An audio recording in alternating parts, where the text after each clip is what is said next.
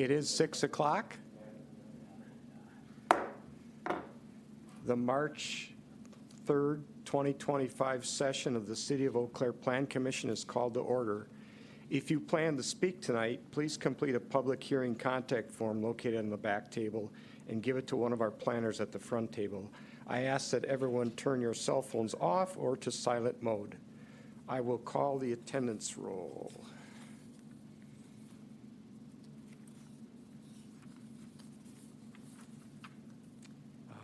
Commissioner Davis is a no. Commissioner Erickson. Here. Commissioner Felton. Here. Commissioner Holzman. Here. Commissioner Leonard. Here. Commissioner Worthman. Here. Commissioner Wolfgram is gone, and Commissioner Zoig is not here. We do have a quorum with 6 in attendance. I will read our standard introductory statement for how we conduct business at our meetings. During tonight's meeting, the Plan Commission members will be participating in person to deliberate and take action on the agenda items before us. The Plan Commission attempts to conduct its public hearings in a relatively informal manner within the constraint that we must deal with the issues before us in an orderly and businesslike fashion. We give the applicant an opportunity to speak first, and then others are each permitted to speak either for or against the proposal. We do request that everyone restrict their comments to the issues before us, avoid unnecessary repetition, and be prudent in the use of time. We want to be sure that we have adequate time to deal as carefully with the last items on the agenda as with the first. If you wish to view but not comment at tonight's meeting, it can be viewed through the live event link on the city's homepage under Public Notices and Meetings. This meeting is being recorded at the same location. We will move on to agenda item 3. This is the open public comment period for those items that do not appear on tonight's agenda noted as a public hearing, or any other comments not related to an agenda item. Item 7 will be a discussion amongst commissioners only. Item 4, our consent agenda. Item 5, a commercial building on Gateway Drive, and item 6, the 2024 development report, are open for public comment at this time. Is there anyone here wishing to give public comment on items number 4, number 5, or number 6, or any other issues not related to tonight's agenda? If so, please come forward. Anyone like to give comment? Seeing none, we will close the open comment period and move on to agenda item 4. This item is our consent agenda. Tonight, this item is for approval of the February 3rd, 2024 Plan Commission minutes and approval of the Wild Turkey Ridge final plat in the town of Pleasant Valley. Is there a motion to approve the consent agenda? I'll second. Motion by Commissioner Worthman, second by Commissioner Leonard. Any further discussion on the consent agenda? Seeing none, I will call the vote. Commissioner Erickson. Aye. Commissioner Felton. Aye. Commissioner Holzman. Aye. Commissioner Leonard. Aye. Commissioner Worthman. Aye. And Commissioner Helgeson votes aye. That motion passes 6 votes to 0. We will proceed to our regular agenda, starting with item number 5, a site plan for a commercial building at 3704 Gateway Drive. Our staff presenter is Mr. Petrie. Good evening, Plan Commission members and members of the public. Number 5 is located on the southeast side of the community.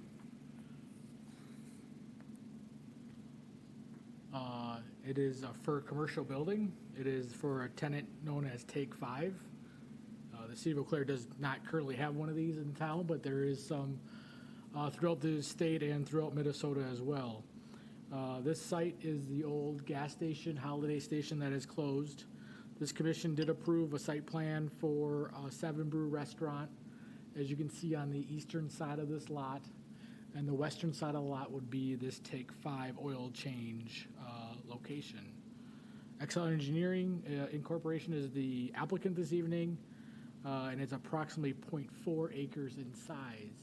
We did send out a revised site plan and narrative prior to the meeting that we received on, I believe it was Friday afternoon, addressing some of the planning staff comments and along with engineering comments. This evening, you are to review and approve the site plan as proposed. This was the previous submittal. I'll go over that and then the conditions. They did meet a couple of the conditions. They did reduce the parking stalls down by 1. They did explain why they needed the additional parking. I can tell you there is a direct competitor just north of here that was built 2 years ago, Valvoline, and they have significantly less parking stalls than what is proposed this evening. The code does allow for the applicant to submit a narrative explaining the need for more parking stalls. They are over the maximum 25% allowed. We base that on the land use, which is an oil change, along with the bays. So they're allowing 3 bays within the building. Typically, this location or this type of operation does not have overnight cars staying there. They typically only do minor oil changes and lube and other things related to that. They typically do not do tires or engines or any kind of auto body work that you may see at a different location or different tenant. So the parking ordinance does state in there, if you go over 25% maximum, which would be 18 stalls. Now they're on the revised site plan that was emailed to you. Let me get there. They did eliminate one of the stalls to the north. They are still over the 25 maximum. They need to remove one more unless the commission finds it appropriate based on the parking agreement with Seven Brew. As you can see, Seven Brew has 5 stalls. Now that's only a drive-through coffee shop. There is one located existing in our community on the west side, and the staff parking has not been an issue. I'll let the applicant explain more why they think they need additional stalls for this location. They can go into more detail explaining it. One of the other conditions that was noted in your packet and emailed to staff was the access, pedestrian access. So if you're walking to this site, you say you drop off your car and you want to go to Kohl's or any other location in this area, you would need to cross Seven Brew's site. As you can see, it's crossing at the drive-through, which may or may not be appropriate. That is something the Plan Commission will need to find this evening appropriate. In addition to that, the lighting plan that was submitted was, let me go back to that. Some of the lights appeared to be potentially leaving the site, and they did revise that to meet the intent of the existing ordinance. Some may ask, well, about our new zoning code ordinance. Looking at this proposed parking, they would be significantly over. The reason being, again, is the type of business it is. I think I based it on 12 stalls total for the new ordinance. Keep that in mind. Now, that is not adopted this evening, but staff did want to have a conversation with this board about overparking in our community. It's been an issue. It's always been talked about. I mean, some individuals always think that CVS or Walgreens is way overparked. Valvoline, for example, would be a direct competitor. I believe they have 8 total stalls. So that is significantly less than what this operator is proposing. Now, typically what happens is they take the site and they maximize the parking. Typically that would be allowed as long as you don't go over that 25% maximum, which would be 16 stalls, as mentioned. This site plan in particular is showing 17 stalls. They could easily take one more out. Again, the applicant can talk more about that on the Plan Commission. It's your interpretation and determination this evening. They did address the other concerns that staff had. They did have a light pole over the property line. Typically, that is not allowed unless it's in an easement. But even then, though, if they ever need to do maintenance on that, they would need to have electrical to it as well. And that's typically not allowed. So they did revise that, as noted in the staff report and the narrative. The landscape plan is better than what's currently there. They are proposing trees and shrubs to the site, as you can see. The access to this location is from Gateway Drive. and it's crossing over the Seven Brew property, and that leads you to the McDonald's to the west. And there is an ingress egress easement along with utility easement on that location.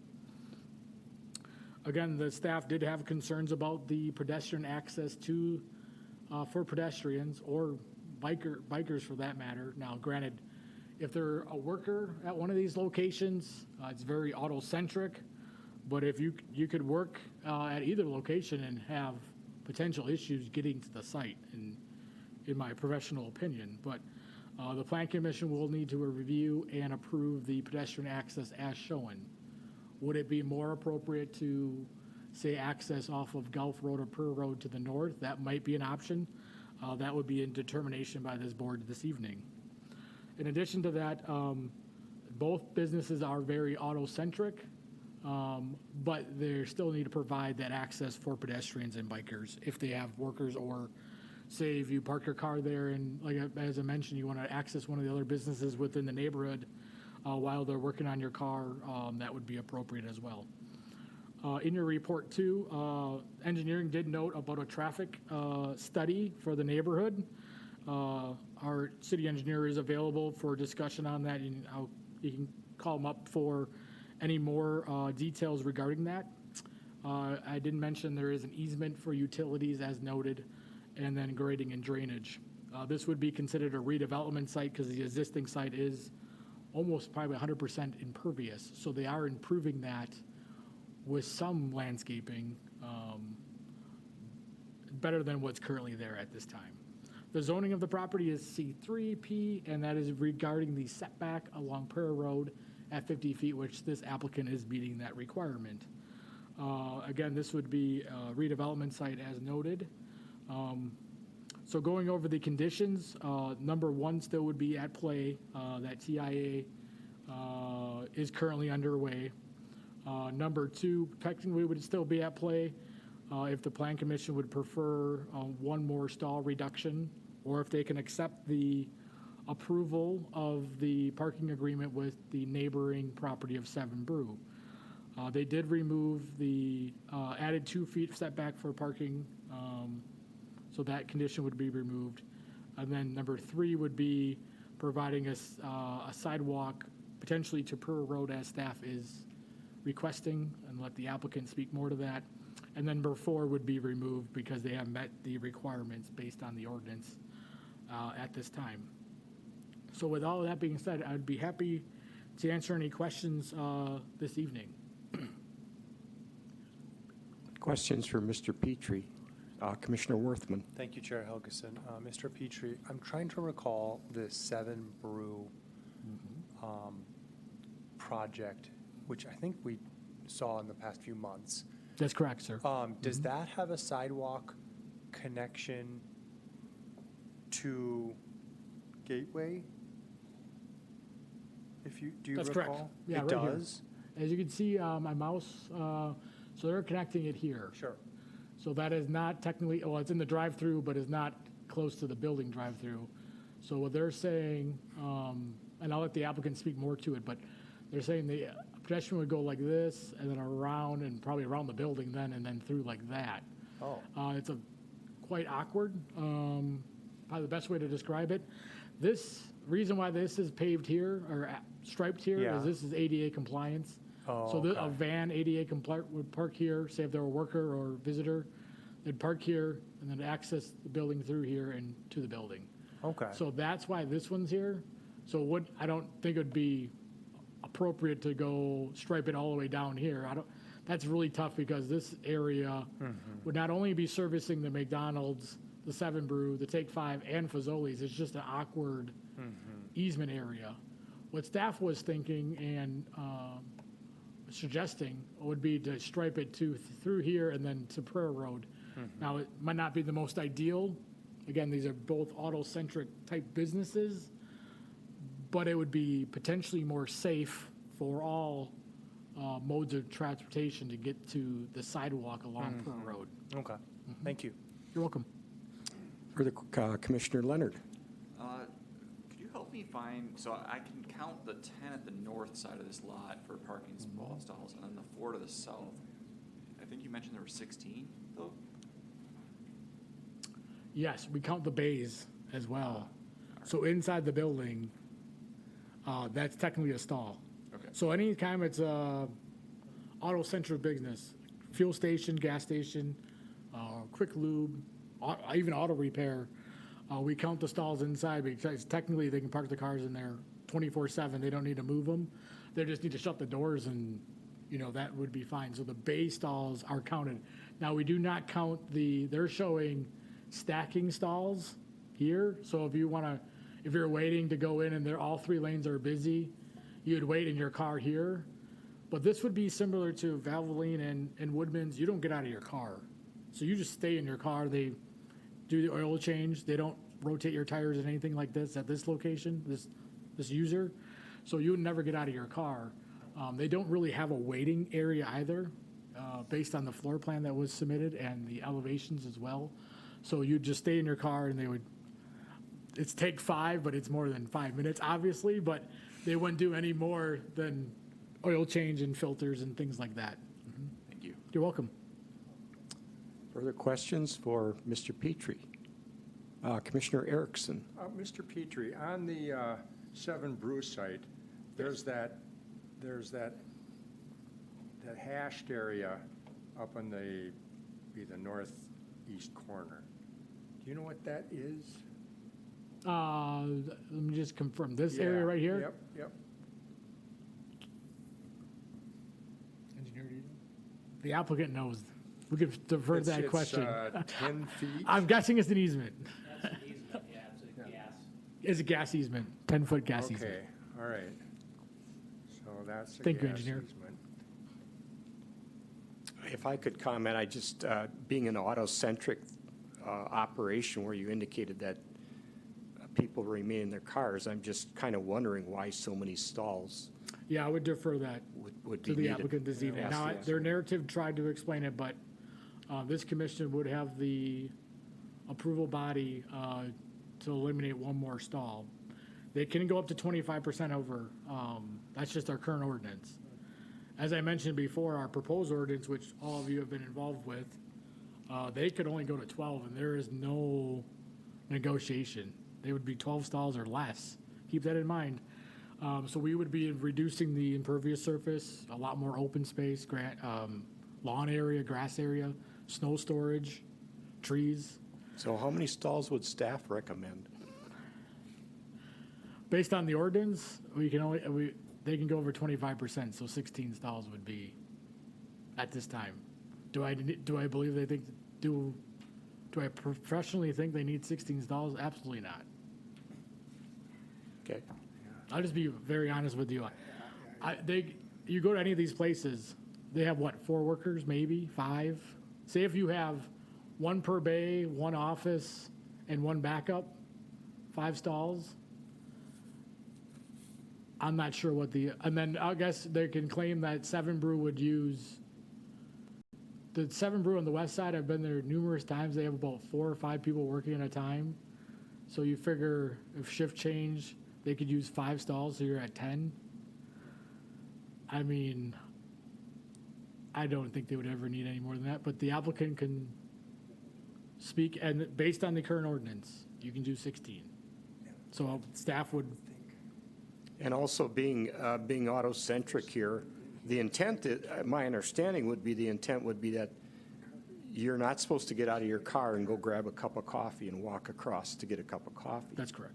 So the pedestrian access is needed for employees. That's correct. You do have a handicapped stall That's correct. with access, and then off of Gateway through Yes. 7 Brew, you have another That's correct. pedestrian access that would just simply be for employees, I assume. That's correct, sir. Okay. Any further questions? Commissioner Felton? So, given that, I'm just wondering, just operationally, the applicant has a plan that exceeds the maximum. So, in this case, are they requesting an easement, or what is the process for, I guess, are we to decide whether to approve the easement or to deny the easement, or how would we operationally make a decision on the parking Yeah, stall? good question this evening. So as I mentioned, that based on the ordinance, they're allowed 16 stalls. They're saying with the shared parking agreement with Take 5 and Seven Brew, they're requesting to be 17 stalls. This commission would have to find that appropriate. So it's not actually an easement, it would be a parking agreement between the two parties. Keep in mind that these will be on separate lots, so anytime they're sold, that agreement would go into place. But that's with the understanding that this commission finds that that would be appropriate number. But this board can reduce that down by one more. And if that's a deal breaker, that's for the applicant to speak to. So it would be a proposal for an amendment to the motion that we're about to make, or? No, because it's still technically a condition to get down to 16 stalls based on the staff report. It would just be, number 2 would be a revised site plan showing a reduction of a minimum of 1 stall. Well, it says 2 stalls, but now it's a minimum of 1 stall. Like I said, they would just take out another stall, probably on the north side, and then to be down from 10 to 9. So if we'd like to see it reduced below That's correct. 16, we would need an amendment. Below 16? No. No? Okay. Unfortunately, the ordinance- I'd like to move forward with, sorry, Chair, if Yes, you don't. yes, go ahead. I'd like to move forward with 16 stalls, so I'm just looking for Yes. what to say. Yeah, so you would approve it with staff conditions and note in there, number 2, revise it from down to 16 total stalls. Okay, thank you. Okay. Further questions for Mr. Petrie? Another question. Commissioner Felton? Yeah, so I heard you mention traffic, but maybe I missed it. I'm curious about how your thoughts are on just the congestion in this corner. It's already a take pretty that one. congested corner, Yeah. and I'm just curious if you feel like this is an appropriate business to like manage congestion. Yeah, so there's going to be congestion, you know, our concern is within the right-of-way. What happens within that site, not so much our concern. There's going to be congestion within the site. Out on Gateway, there's congestion now. There's going to be congestion there for a long time to come. What I can tell you is that we are currently in the process of doing a study on Gateway from Target all the way down to Commonwealth. So that's, you know, hoping maybe in 5 years we're going to see some construction out there. Looking at making that a right-in, right-out only driveway, as we talked about with the Seven Brew site. You know, we've got to do something to restrict left turns coming out of there, but until that time comes, it's going to be a nightmare in there. I mean, it already is. I don't think this is going to make it much more of a nightmare than it currently is for traffic. Yeah, you can only get to a point, and then people just wait, and they're going to find their way out, sneak out through that southern McDonald's driveway or sneak through Fazoli's as they have been already. But there are things already in motion to help the whole traffic situation in this whole corridor at the moment. Would it be accurate, I'm basing on my professional opinion as a traffic engineer, but that these two sites here probably aren't going to create between themselves more traffic than a flourishing convenience store that was there? Oh, exactly, Yeah, yeah. In comparison to when it was Mega, Yeah, yeah, we're not going to see anything much worse than that. right, Yeah. right. That's still not saying that there isn't congestion on Gateway. Right, Yeah. right. Okay. yeah. Any further questions for Mr. Petrie or Mr. Rinka? Can I ask, Yeah, yes, Commissioner Worthman. Well, is that true, that a convenience store would generate more than 2 drive-through facilities? Does that seem right? I, based on my experience of these type of facilities, I would say yes. Okay. I'll just note a Quick Trip. That's going to generate 3,000 trips a day on a flourishing Quick Trip. So Wow, okay. I think these will be less than that. But Yeah, oh, yeah. nevertheless, I think it's great that you guys are doing the overall traffic study. Yeah. That's a great way to do it. Yeah. Regardless of what goes in here. Any further questions for staff? Thank you. Okay. The applicant like to come up? Please state your name, address, and spell your last name. Hi, I'm Casey Scholes. I'm with Excel Engineering. I'm from Hartford, Wisconsin. Okay. If that works? Okay. So I'm here for any questions. Did you want to add anything to what Mr. Petrie or Mr. Rinka said? Yeah, so I'll kind of talk on the parking a little bit. So there is a parking agreement that's going to be set in place with Seven Brew and Take 5. So Seven Brews are kind of notorious for kind of pounding their employees here. So they're usually gonna see up to 7 to 8 at a shift change at a time. So that's an additional 16 cars that they'd kind of want for parking. And they've kind of come to this agreement with Take 5 to have those north stalls just for 7 Brew. And then Take 5 would kind of have their 4 on the south. If that kind of answers your questions on why there's so much parking. I definitely see that there is a notable concern for the overparking, but that's just kind of how we see it. Any questions for Ms. Schultz? Yes, Commissioner Erickson. How many employees For Take 5 or 7 Brew? for Take 5? For Take 5, there will be 4 or 5 at a time. Any further questions? Commissioner Worthman? Well, just about that. Well, I'm trying to figure this out, because it seems like other oil places that I've gone to, often they'll take your car through, or you park it, they'll take it through. Do you just not see that happening much? Because the reason I ask that is, if you go get an oil change, it can be an hour, maybe an hour, 2 hours or whatever.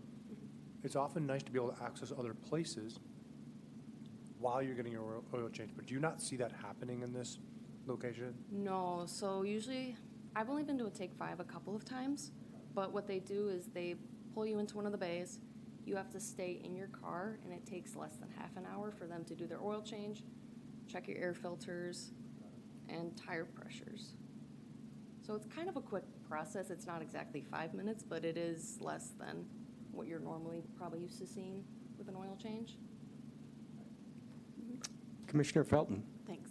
So I'm also like doing the math. We're all like trying to do math here. Clearly, we're not math people.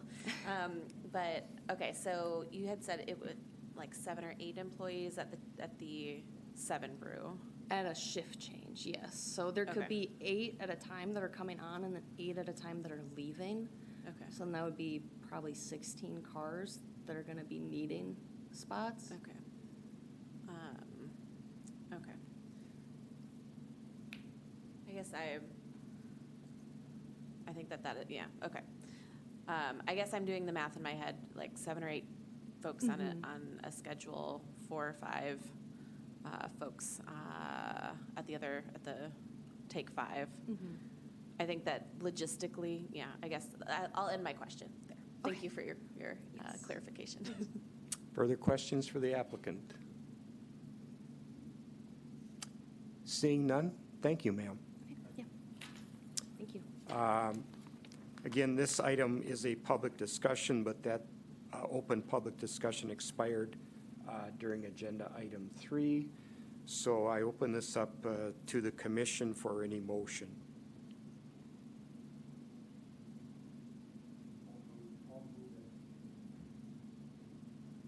We have a motion I'll for second. approval? Second for approval? Any further discussion,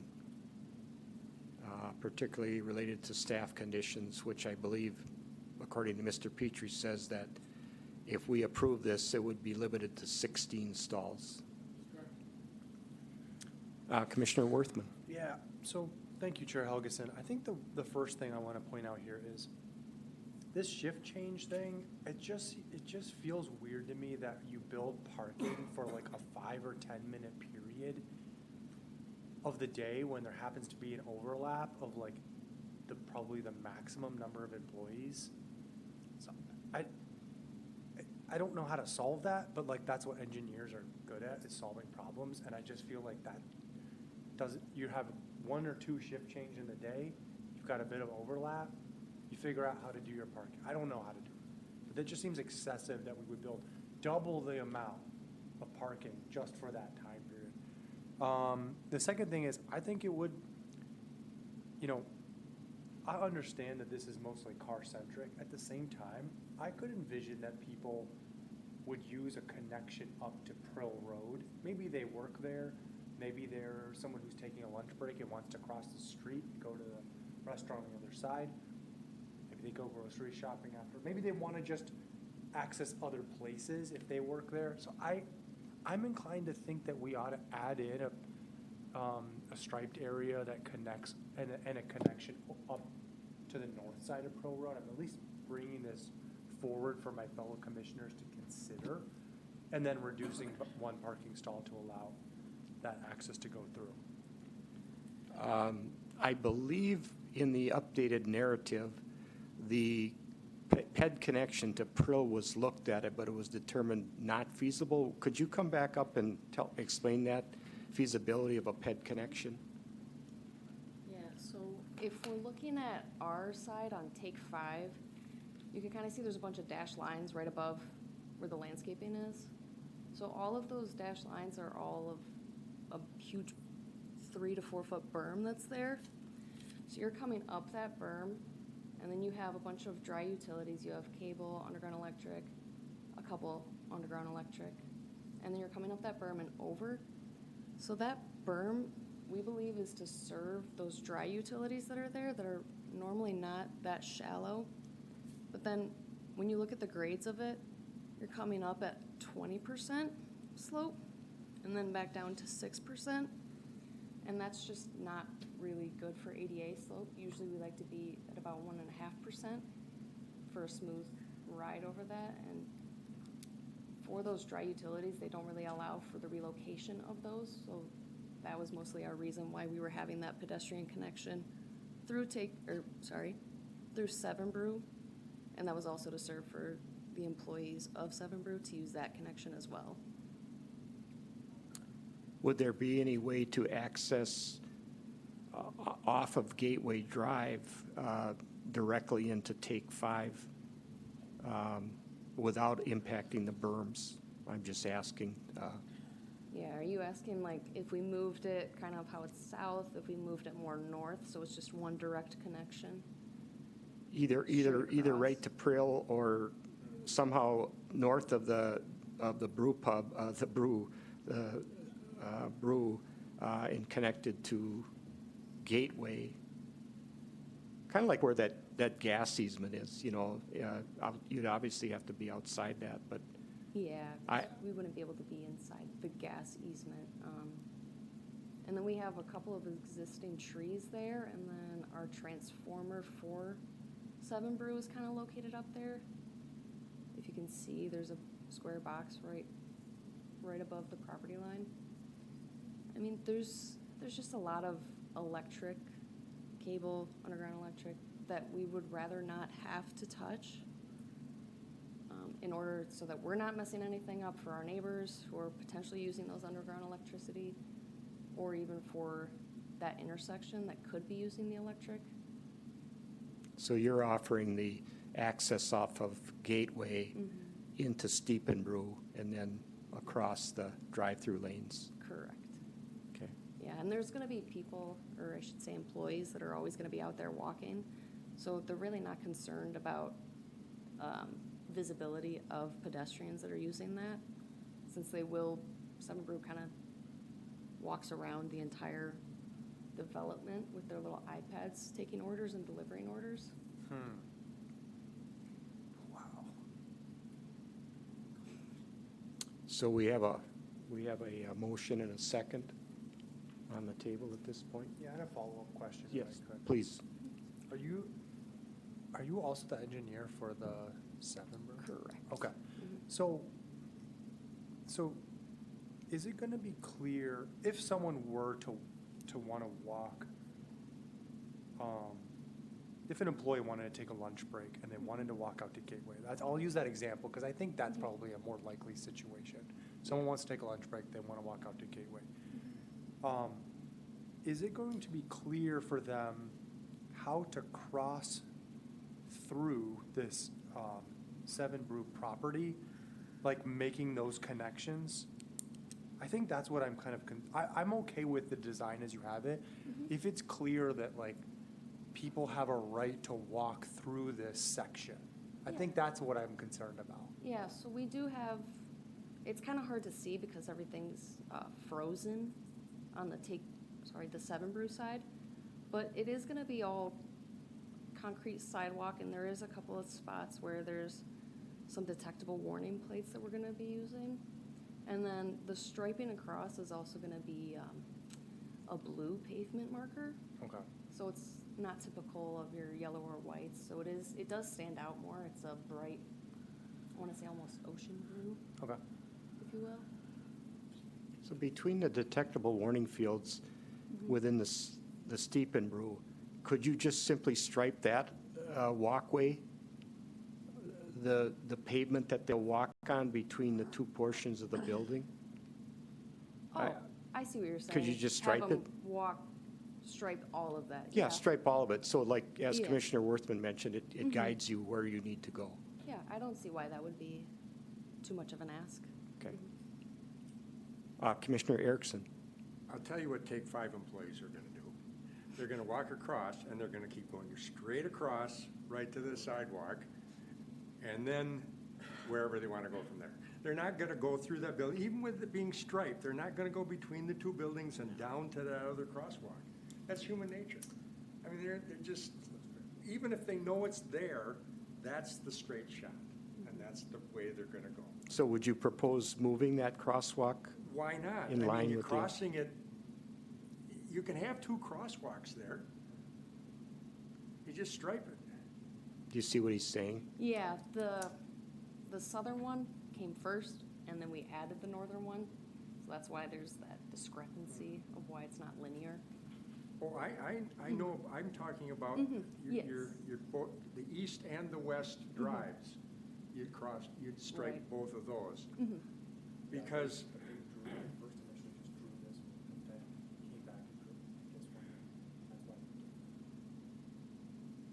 but no, I believe, doesn't Seven Brew have that one striped right now? Or they will have that one striped? They're under construction right now.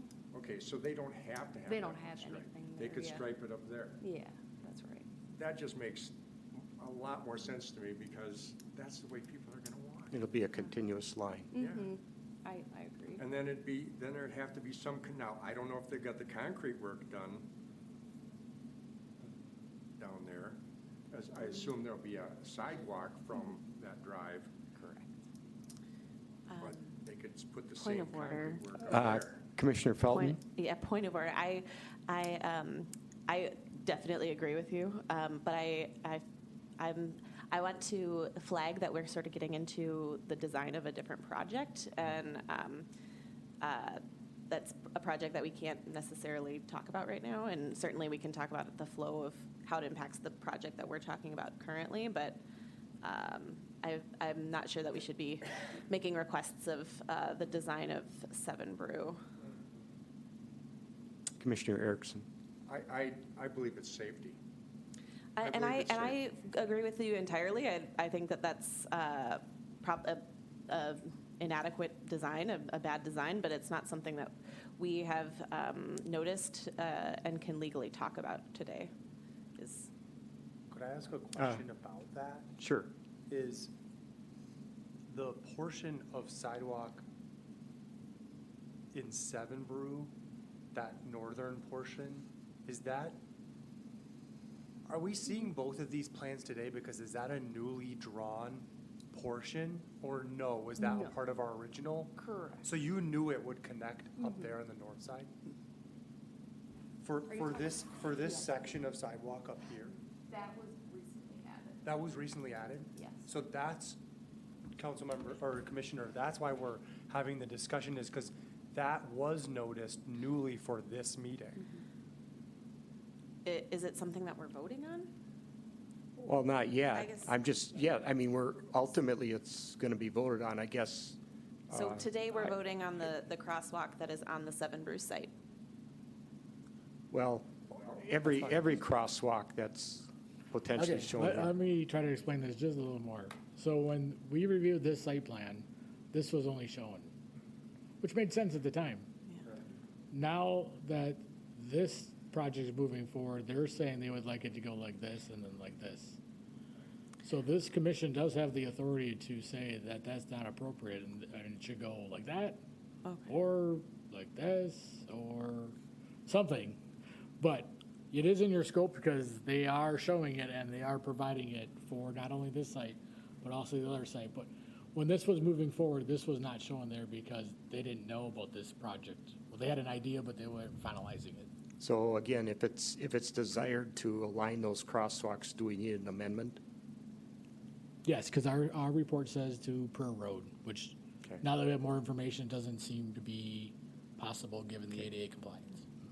So Appreciate the I think we've clarification. resolved that, yes, these projects are somewhat connected because of the pedestrian issue.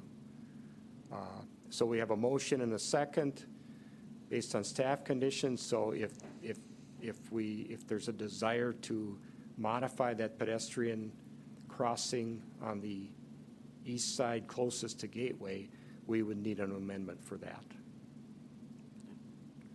I have something else, something different. Commissioner Felton? I'm not prepared to make an amendment. I have a different thing to say. Okay, go ahead. And if you want, you can sit down. You're welcome to stay up if you want, but I figure Only if there's questions. it's not a question for you, so. Okay. Chair, I just wanted to make sure, I'm looking at the agenda, and number 3 says it's an open public comment period for items that do not appear on this agenda, and I know that we have another gentleman in the audience, and I wanted to make sure that he wasn't missing his opportunity to give public comment on this item. Yeah, we went through that on item number 3. I referenced that. I see. Item number 4, 5, and 6 would all be public discussions, open for discussion during item 3. And once we close that open public comment period, we don't go back. Only, Okay. so there would, if this were a public hearing, there would be a public comment period on just this item right now during this discussion. Oh, but it's because it's a public discussion. I see. We've gone Okay, I beyond the got it. open public comment period for a public discussion. Thank you for the Sure, clarification. sure. So we have a motion and a second. Any further discussion? Yeah, I'd like to make a motion to connect the crosswalk through the property. I don't even know how to describe it, but basically that it would go straight through the property from Seven Brew to, from the, yeah. Yes, please. I would just say, I would need to check the slopes for that other side of the sidewalk to make sure that they are still ADA compliant. Because the one that we have down on the south is ADA compliant as it stands, but we never looked at putting the sidewalk up on the north there. Okay. So we would still have to go back and make sure that that is still an ADA Okay. compliant route. So I'll amend that. It basically, the amendment is to do that, but to work with staff if it's for some reason not ADA compliant, figure it out. Thank you. So we have an amendment. So, Mr. Petrie, the original motioner needs to accept the amendment. Is that correct? I think Commissioner Worthman is making a friendly amendment. As long as it's seconded by Felton, then it would be, we don't need to vote twice. Okay. But Felton will have to accept the amendment. Okay. So, Okay. She's accepted that. Yes, Commissioner Holzman. so I'm looking at these sidewalks, and on the new side, we've got a handicap parking spot with a sidewalk coming up to the building. And so there's an entrance there. But then there's this sidewalk coming out of the north side of the building and going across. And what I notice is it goes across the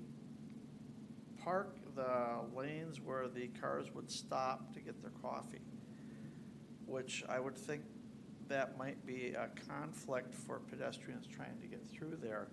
Would it make more sense for that sidewalk crossing over to come off of the south side of the new proposed building in a manner where it kind of lines up with the other sidewalk going over further to the east?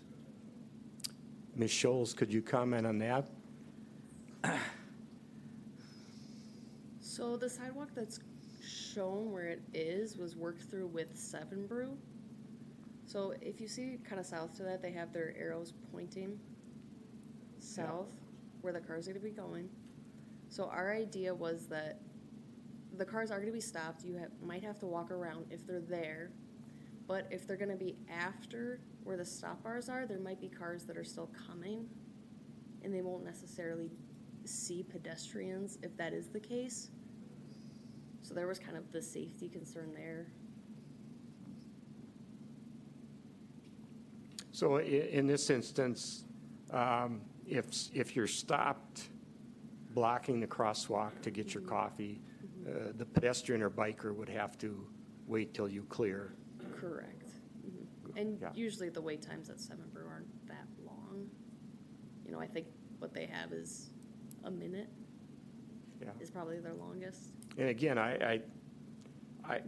I'm, this is really a crosswalk that's being provided primarily for workers at Take 5, Seven Brew. 7 Brew.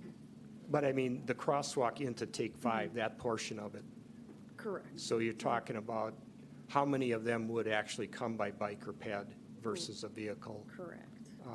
I think you're talking about a minimal number of conflicts potentially. Correct. But it is good to have an access, a reasonable access, working around all the constraints on this site. Yes. So we have a motion and a second, we have an amendment and a second that again would limit to 16 stalls, and that would potentially move the crosswalk nearest Gateway Drive to the north to align with the westerly crosswalk if staff determines feasibility. Any further comments on that? Commissioner Felton? Yeah, I just did, it's not easy to see on our map here, but I just wanted to point out too that this is all kind of between the sidewalk and the McDonald's. So the McDonald's would be shown on the left side of this map here, which I do feel like could attract a lot more bicycle and pedestrian traffic. So I just wanted to make sure everybody knew that. I sort of just realized myself as we kind of think about the importance of safety as people like move through this entire area, and you know the infrastructure that is built here and how it serves the entire little district here. Mr. Petrie, would I assume correctly that McDonald's at this point is grandfathered at this point, and these projects would not be responsible for any pet access to McDonald's? Okay. So we're back to any further discussion on the motion and the amendment?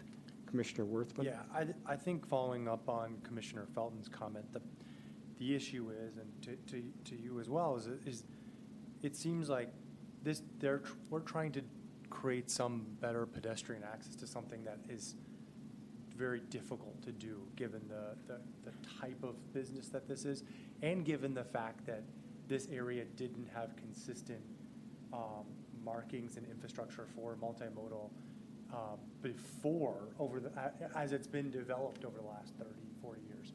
So that just makes it doubly difficult. But I will say, I think it's worth us continuing to try to incorporate these things into this area. And we've done so up on Prill Road when that was being reconfigured a few years ago, putting sidewalks in along there, thinking about the timing of lights. And why does this matter? Because we are already starting to re-envision our mall as potentially including a lot more residential.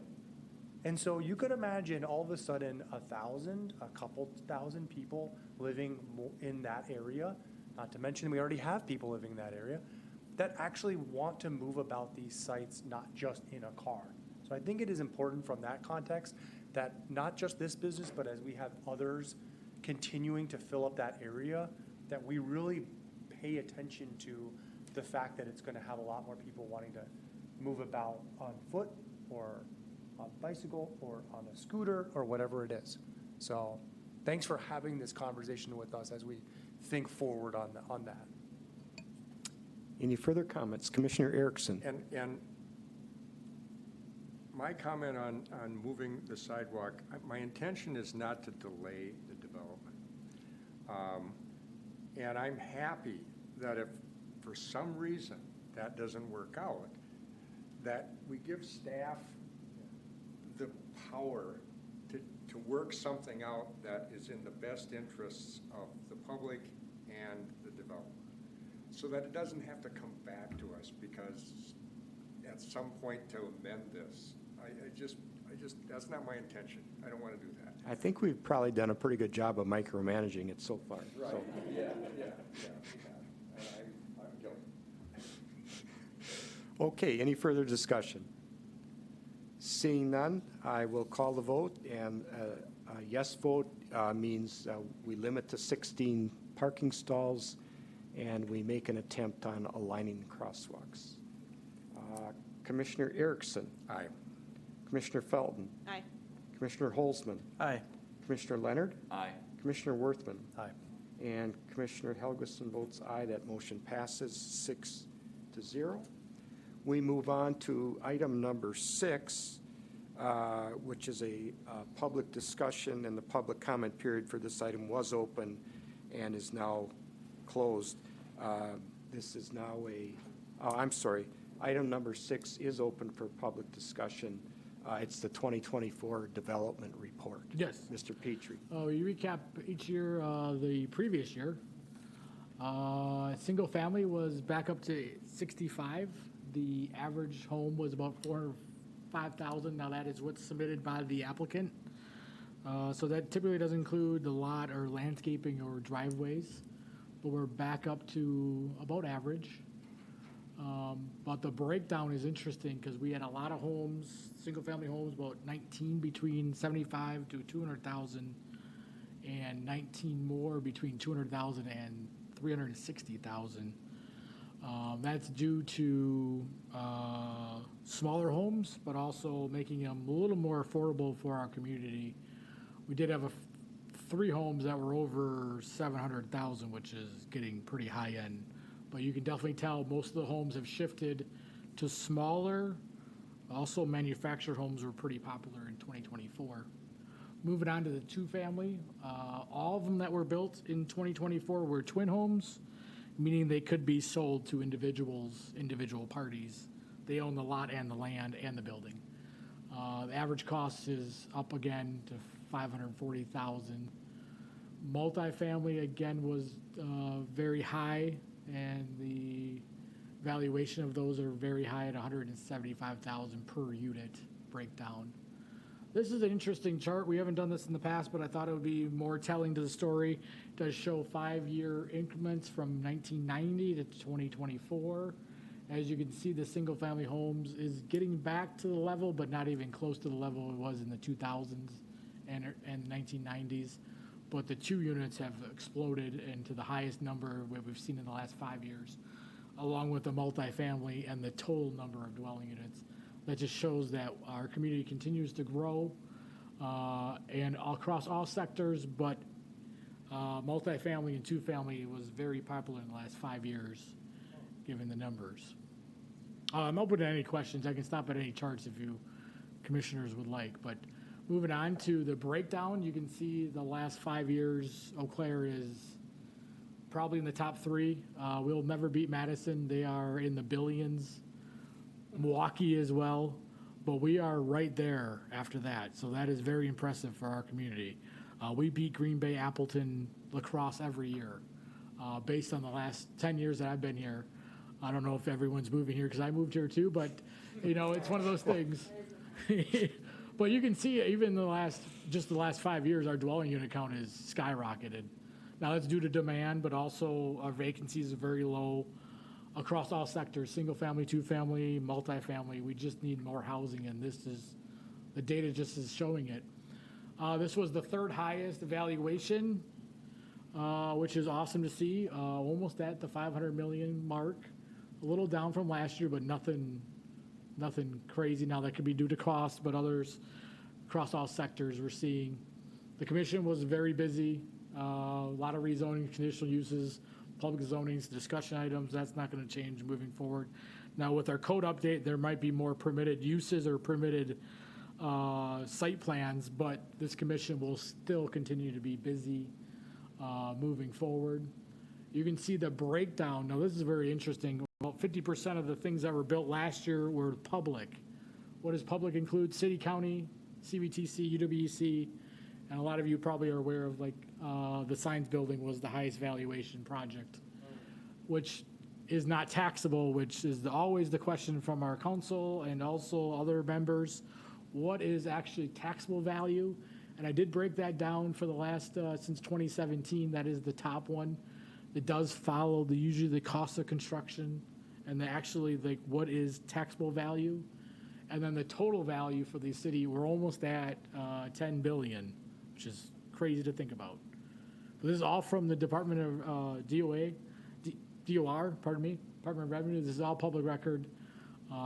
We are, I think, the 7th largest city in population, but we're the 5th highest valuation.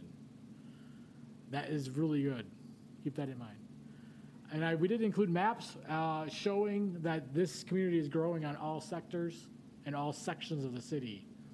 I'm also on the Demographics and Trends Committee for the school district, and we did provide all this data to them, and they are very fascinated by the data because it just shows that the pressure of the schools, there really isn't one because we're building on all sectors across all segments of the city.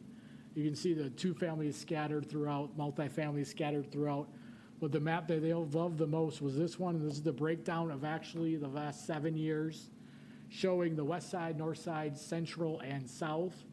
You can see that the single families majority of them have been built on the north and west side, which is surprising. But those are single family homes, and 2 families have been built throughout the entire community, but mostly on the west side and south. And then the actual number of units have been built is on the south side, but also downtown for multifamily. But we're building across all sectors. So the traffic in schools, conversation, I can tell you that the elementary schools are losing population. It's just the way the demographics are. There are less kids. There's just less families, less people that have families. And then also this map shows that they're scattered throughout the entire community, so no one school in particular is pressured. So keep that in mind, and they were fascinated by this. We also have the county data from Chippewa County in Eau Claire schools and the Eau Claire County school numbers, and they're showing the same, that they're building across all sectors, but it depends on where the lot is available and who owns the lot typically. With that, I'd be happy to go back to any slides. I just wanted to recap that real shortly for the commission. And this is available online, and the media has been calling now, so it is available for anyone to research it, and we'd be glad to give them the data on the requirements that the city has. So. Questions for Mr. Petrie? Commissioner Leonard. Yeah, I was kind of wondering, do we have any data in terms of how much was infill development versus like pushing the city boundaries out in the past year? That is an excellent question. I'll have to get back to you because I'll have to research some of these infill lots. The trick is, what do you consider infill? A lot of people have different definitions. I can tell you that there was only one single-family home built in the core neighborhoods. Wow. Think about that. That's just kind of crazy. Yeah, you can see it. Yeah. You got good eyes. No, but a 2-family, there wasn't any. Multifamily, there was, or commercial, there was 1, but that was at the university. So keep that in mind. Technically, the city of Eau Claire does not inspect the building because it's on state land, but we include it in our maps. So keep that in mind. I can tell you on this map, I can give you that data, but central would be considered downtown, Water Street, Randall Park, 3rd Ward. I know 3rd Ward has not had a house built in over 7 years. Whoa. Why is that?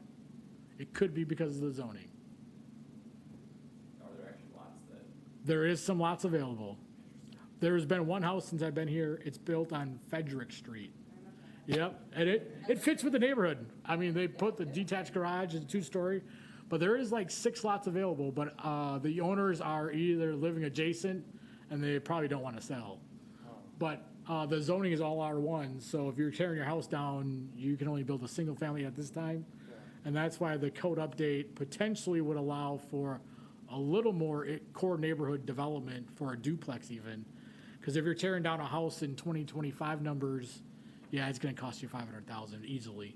Just to tear down and rebuild, it's unfortunately priced out. Randall Park has seen a little more redevelopment, but those lots are a little smaller, and they combined them and they rebuilt it. But keep that in mind. I can get you the rest of the data.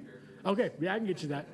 I do know there's at least one house in the third ward that's been torn down. There has been a couple tear downs, but that was because the adjacent owners bought it and they tore it down, and they did not allow any redevelopment on it or rebuild. Commissioner Worthman, did you have a comment? Yeah, I have two questions. One is, can you do the same presentation at the council by chance? Or if it's not you, Yeah. someone?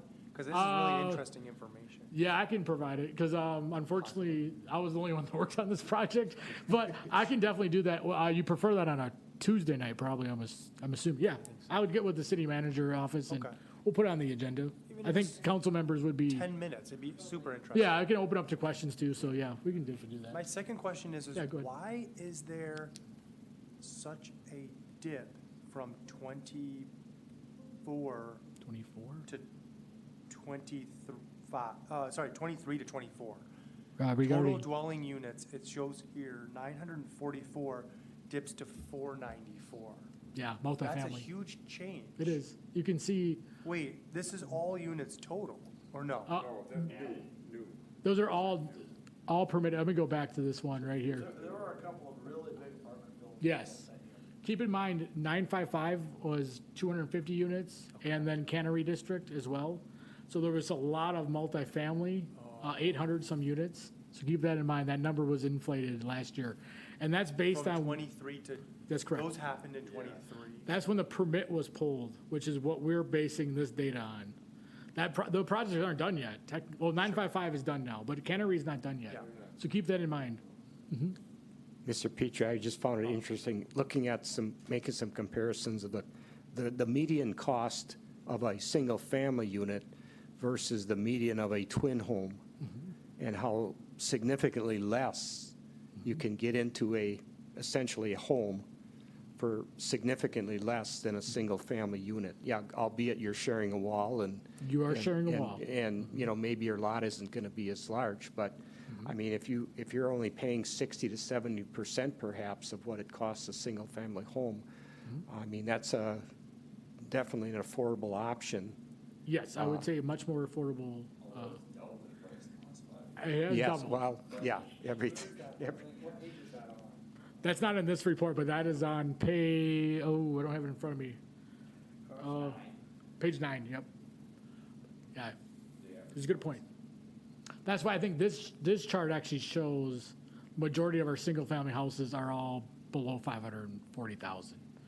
I think you'll see that even going into this year. We've issued, I think, 7 single-family houses, all below 400,000. So they're trying to make it smaller, single-family home for more options for the buyers. Yeah. Is anything being excluded by the 75,000 minimum for the? No, we can't, a manufactured home can't get any below that right now in today's market. So keep that in mind that West Folsom, they're building tenable homes, I think put 7 homes, and they were at 77,000. But we can't get any lower than that. That is less than 1,000 square feet, and that's a manufactured home. Good question, though. Any other questions, Still comments? impressive that there are 19. Yeah, turn your mic on. We are recording. It's still impressive that there are 19 in that 75 Yes. to 200,000. I mean, that's good. Yep. Okay, thank you, Mr. thank Petrie. Moving on to agenda item 7, future agenda items and announcements. The only thing I have is your next meeting is March 17th, and we have 3 things on that agenda.